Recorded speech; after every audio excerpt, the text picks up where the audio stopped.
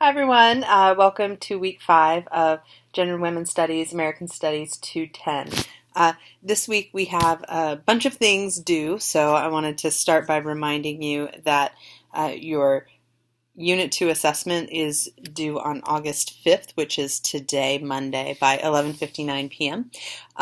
In the prompt, I ask you to reference the discussion board. And what I mean by that, I've gotten a couple emails about that. What I mean by that is I want you to use the discussion board as another text, just as you would use anything that we read or movies we watched as evidence. You can use the discussion board as evidence as well.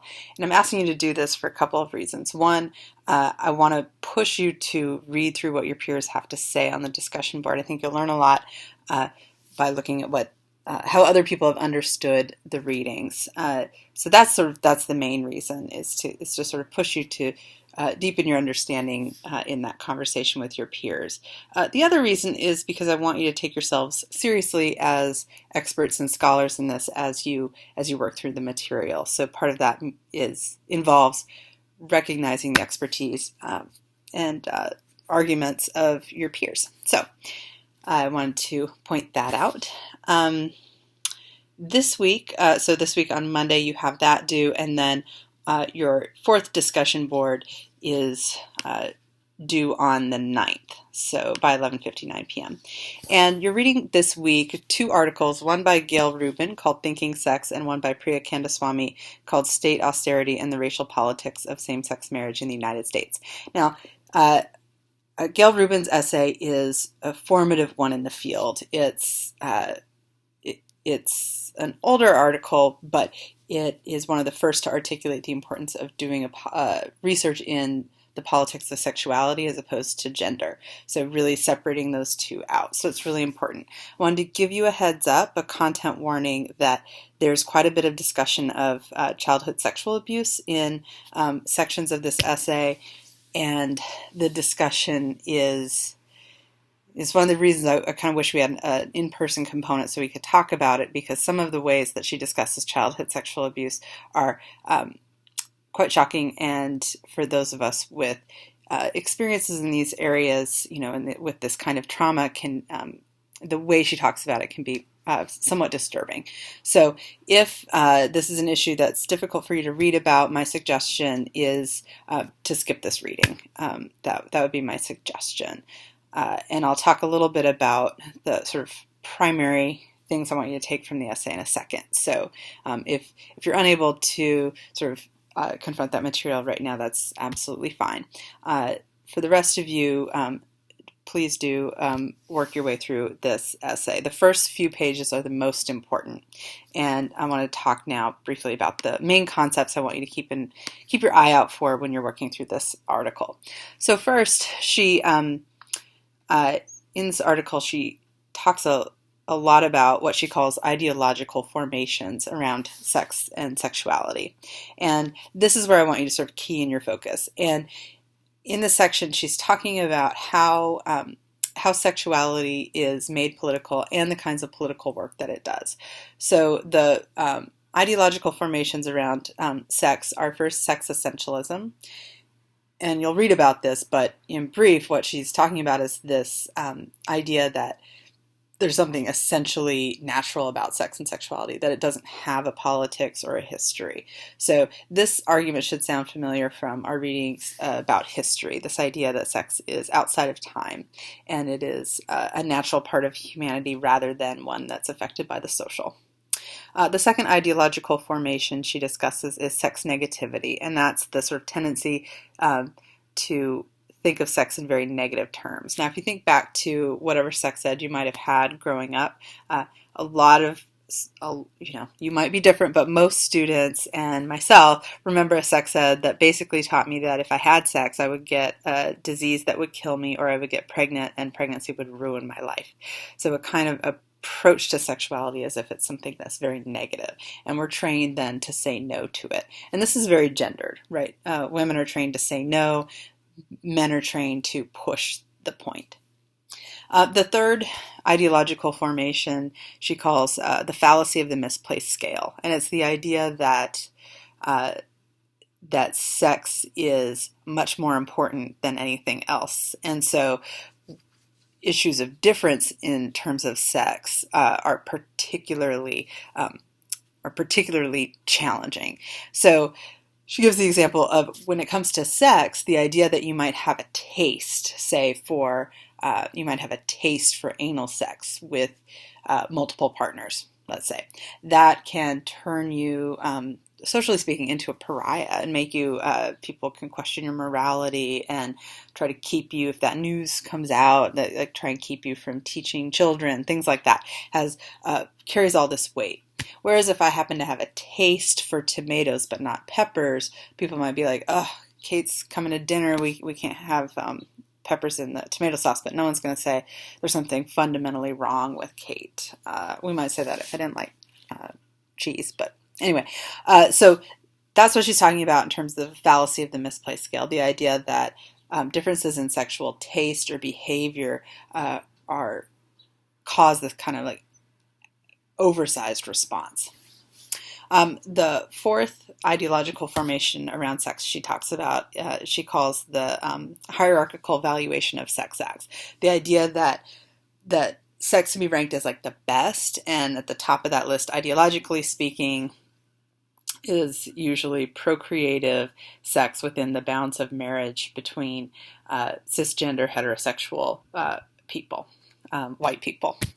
So that's sort of at the top, and then at the bottom, right, other things. So she has a drawing in there. It's called the charm circle, and the things inside the circle are things that are charmed that we socially support, and the things on the outside are things that are deemed sort of socially wrong, right? So inside the charm circle are things like heterosexual sex, single partner, missionary position, for free, you're not paying for it, without anything other than the human body, right? So these are examples of things that are inside the charm circle. And then outside are things like sex for pay, sex with multiple partners, sex outside of committed relationships, gay sex, sex with people who are not cisgender. That all of that stuff is sort of put on the outside. And part of her argument here is that the way that we value things in the charm circle pushes things on the margins even further. So, for example, if you happen to read the myth or read the discussion on the discussion board about the myth about LGBTQ representation being good, you can hear echoes of Gail Rubin's argument here in that myth. So in that myth, the argument is positive representations are positive precisely because they fit within the ideological norms we already have. So for example, in Modern Family, if you've seen that sitcom, if you haven't, you can Google it and watch some clips. There's a gay couple, but they're exactly like a straight couple. The only thing that's different is that they're gay. And that's a positive representation because it's like, see, gay people can be just like us. And it's a positive representation, but in that myth, part of what they're saying is that those positive representations are positive because they match other ideological norms, and they push further out and make sort of more of a pariah people who are outside of that norm. So I'm not sure if that makes sense, but the charmed circle acts to, and as things move into the charmed circle, right, because that charmed circle has homosexual sex on the outside. I think at this point there are ways that sex between people of the same gender is acceptable, but it's usually if it's, within the bonds of committed relationship, right? So as those things move into the charm circle, things that are outside of that get pushed further to the margins. Okay, so that's the fourth ideological formation around sex. And then the fifth is what she calls the domino theory of sexual peril. And for this, she draws a kind of, she's got the kind of brick walls, and she's showing the things that are sort of and it sort of draws on the charmed circle metaphor, right? But sort of good sex is on one side of the wall and bad sex is on the other side. And there's this sort of political concern that if things from the bad side try to move over to the good side, it'll corrupt all of the good side.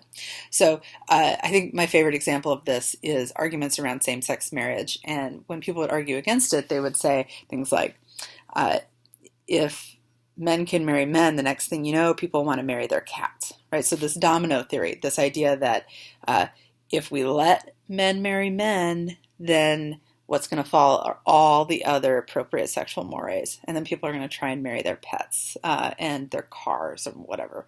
So the domino theory of sexual peril is part of, it sort of links with these other ones, and this idea that that policing sex is is so important to the general health and safety of people. So those are the ideological formations around sex that I wanted to highlight for you in your reading of that. And if you decide to skip that reading, those are the things that are important to understand from it. Now, your next texts for the week are a case study around same-sex marriage. And Candace Swami's article takes, I think, a very different tack to understanding the stakes of same-sex marriage. And in it, she asks, is the fight for same-sex marriage the right one for the LGBTQ movement? And she argues no. And she argues this because of the limits of what marriage can do for people, right? The idea that marriage can help us keep our children, for example. If we're married, we're not going to lose custody of our kids. And she talks in the essay about how marriage has not proven successful in keeping people with their children for a lot of groups in the United States, specifically poor women and women of color. She'll also talk in this about the way that marriage has been used as a cudgel, specifically in terms of accessing welfare benefits and the marriage promotion programs and the requirements for receiving social welfare that women name the biological father of their children, and that kind of have to go through marriage training courses and things like that. And so marriage has been used against some groups in really negative ways. And so in this, she's trying to draw some connections between how marriage has been used to oppress groups and then highlight the limitations of marriage as a way to ensure rights. So and I paired that article with the film The New Black, which is streaming at the library website. And this is about this battle for same-sex marriage rights in Maryland. And it also talks about the intersections of race and sexuality, but in a very different way from how Candace Swami talks about it. So in this, you see some of the different ways that communities of color have organized around marriage access and marriage rights, and the sort of importance of the right to form legal recognized families for a variety of social groups throughout history. So when you're watching the film, I think it's interesting to think about it in comparison to Candace Swami's piece, which highlights the negatives of marriage for communities of color. So they're not sort of necessarily in agreement, but you're going to see a lot of different views and perspectives presented in the film and in Candace Swami's piece. So in this, I want you to think critically about the politics of marriage, what it is we think we get from marriage, and then also think about the limitations of marriage. So when you think about marriage, it's a bunch of different kinds of institutions, right? It's a social institution, one that says, I'm married, so therefore my partner gets the invitation to holiday dinner or whatever, right? The social benefits. If you're on Facebook, and I remember when I posted on Facebook that I was engaged, I've never been so popular on the internet, right? People really get excited because it's part of the sort of social love that heaps on people for doing this thing, right? So marriage is a social institution. It's also a religious institution, and this is going to come up a lot in the film The New Black, and the way that different religions think about marriage.